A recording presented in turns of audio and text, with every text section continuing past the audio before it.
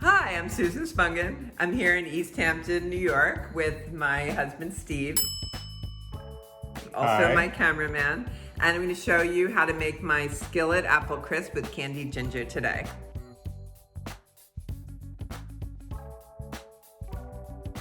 So Steve, get to work. All right, it's a tough job, but I can do it. I'm just going to quickly make the crisp topping in my food processor. You can also make it by hand.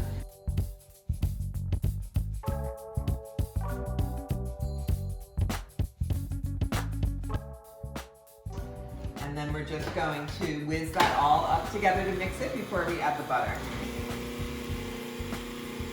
Now, if you were going to do this by hand, you probably want to cut it up a little bit smaller so that it's easier to work through your fingers. So I'm just going to pulse this until the butter until everything sort of gets moistened and starts to come together.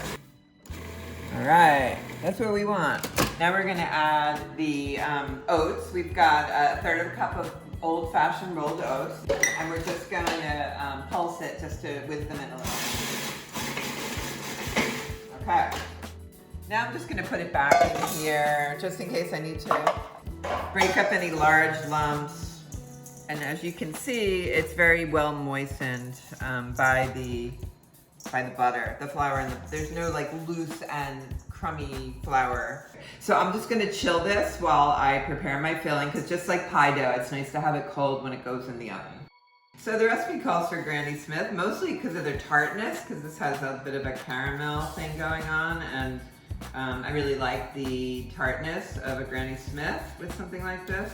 But I didn't have 6 Granny Smiths, so I'm mixing it up a little, which is totally fine.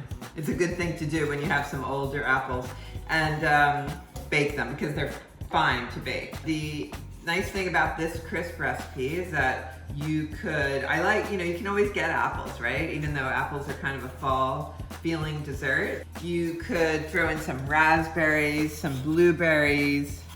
You could switch peaches when peaches are in season. Something you don't want to waste time with is coring the apple. I think especially with a dessert like this, when you're not going to see the shape of the apples, just instead of trying to take the core out, cut the apple off the core. I want to always make sure these little seed casings are out, because they are kind of hard and unpleasant to eat, so I always cut those out. So now I'm just going to slice them up. So even if you were doing this for pie or anything else, you have to think about, does the shape of the slice matter? Not really. My cutting board might be a little garlicky. This apple crisp might have a little added flavor. Now I'm going to cook the apples. So I've got my iron skillet, which is a great thing to make this in. I'm adding 2 tablespoons of butter, letting it melt. So we're going to be essentially making caramel here right in the pan. It's just to give a deeper flavor to the crisp, and also get some caramelization going with the fruit. Okay, so come in and see this, Steve. Don't melt my phone. Starting to turn brown around the edges. The magic of caramel is happening right before your eyes. You want to swirl it around, because I see one part was getting a little bit dark and the other part wasn't even melted yet. There, we even things out a little bit. So it really depends on your stove how long this is going to take, and how high are you willing to go. Do you dare to go high and live dangerously, or do you want to go low and slow and safe? It's good. It's a nice dark amber. I'm going to add the apples carefully, because this is really hot. Once those first apples are in, I'm making sure to throw the apples on the apples so that it's not going to splash me or my cameraman. All right, so now we're just going to cook this for just a few minutes. So we're going to add about a tablespoon of lemon juice, which most of the time is half a lemon. I just use my hands, as long as I don't have any cuts, as a strainer to catch the seeds. This is actually going to give off a lot of liquid, so we do need a little bit of flour to tighten up that liquid. Again, we're going to add 2 tablespoons of flour. You see how this caramel got all hard, but it's gonna remelt, so you don't have to worry about that. It's gonna feel like a lot of apples in here, but once they cook down, it'll be great. So we're just gonna keep cooking these until they're wilted. They're gonna cook again in the oven, so we don't wanna overdo it. I forgot to add a pinch of salt to this. Now these apples are not giving off too much liquid. Every apple can be a little different, but that's fine. Now I'm gonna add 1 tablespoon of cognac in this case. That's all I have in the house. And be careful not to flambe it if you don't want to flambe it. Turn that off, let it sit. I'm just gonna get my chilled topping out of the fridge. Nice and cold. Whoops, that was awkward. So, okay, actually before I put that on, I'm gonna wait because that's hot and this is cold. Let me get my ginger cut up. It's about 1 ounce of ginger. It's to your taste. It's this nice, soft, crystallized ginger. Usually you can find this where they sell the nuts, the ones that are kind of packed up like this in your supermarket. Or, any kind of like nut store usually will have it. Or it might be in the bulk bins at depending on what kind of supermarket you shop at. And it's soft and chewy, and I absolutely love adding it to cookies or cakes. It's just delicious.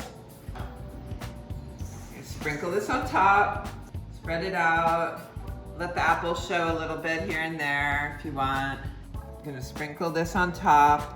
Kind of mix it in a little bit with the topping. Make sure it's well spaced so that no bite is gonna have too much ginger in it. I'm just gonna line a baking sheet with parchment paper just in case of overflow. It's also easier to handle the pan coming in and out of the oven if it's on a baking sheet, so. All right, here we go, center wrap.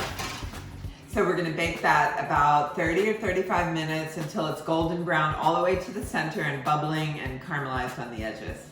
So I'm just gonna turn this around, make sure it's cooking evenly, baking evenly. 5 more minutes. I can smell that this is done. Oh, yum. That's just how it should look. Bubbling on the edges, brown. You want these to get kind of crunchy. That's how you know they're done. Looks amazing. Whoa, look at that.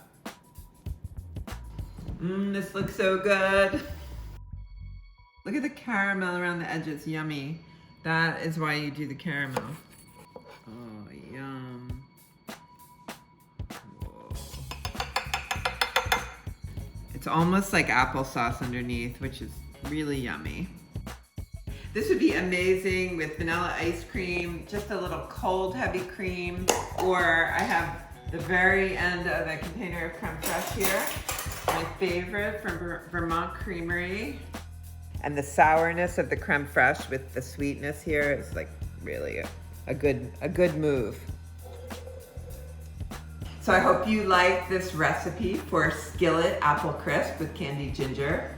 You can use any fruit. Let me know in the comments what you try and let me know how it goes. Steve, would you like to try this? I would love it. I do have the hardest job in the world, but I'm well paid. Give it a try. Amazing. Let us know how you like it. That's amazing.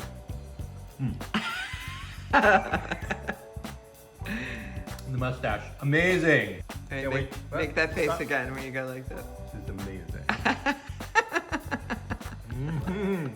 What happened to your diet? No more diet. End of diet.